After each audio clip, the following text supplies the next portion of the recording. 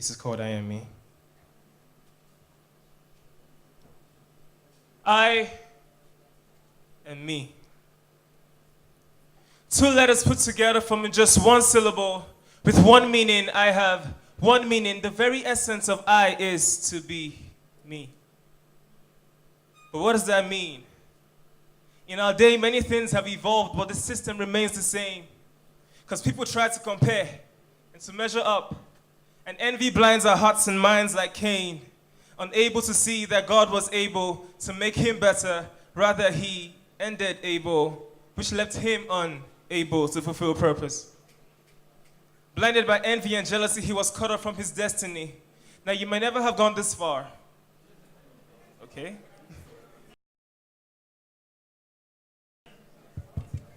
Now, you may never have gone this far.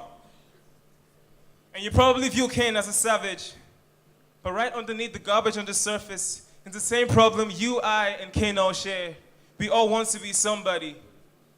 And when we think of the future, we see our favorite celebrities and fancy clothes and shiny rims. We want to be like them, and that's really the problem, because when God created our futures from the beginning, he didn't use them as the blueprint, but himself. So we subconsciously invest our lives trying to measure up to them. And the world might think we're making it, but the ruler of the universe is unimpressed. See, you were not created to measure up to them. He created to measure up to you. The you that God created in the beginning.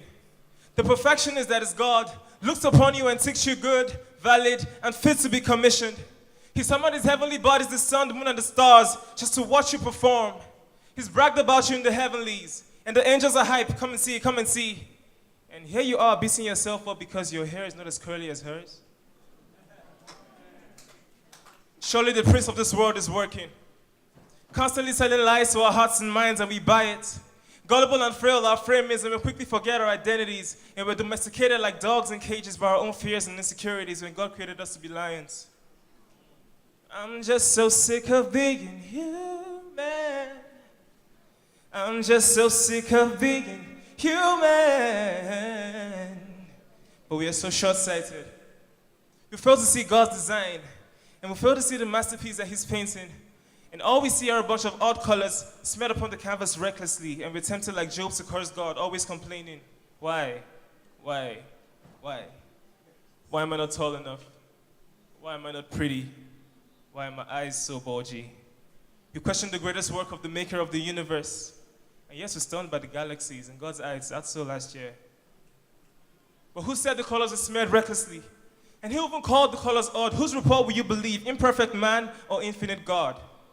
Eyes have not seen, ears have not heard. The Almighty is working in the inside of you, and you have no idea what treasures he's bringing out of you. So stop trying to be like them.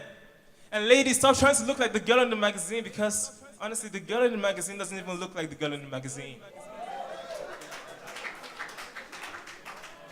You are unique. You are you, and there's no replicate. There is no spare you. There's no substitute you. So be the you that God sees, and be the best you this world will ever see. Now, I am what God says I am, and nothing less. Make this your magnificent obsession.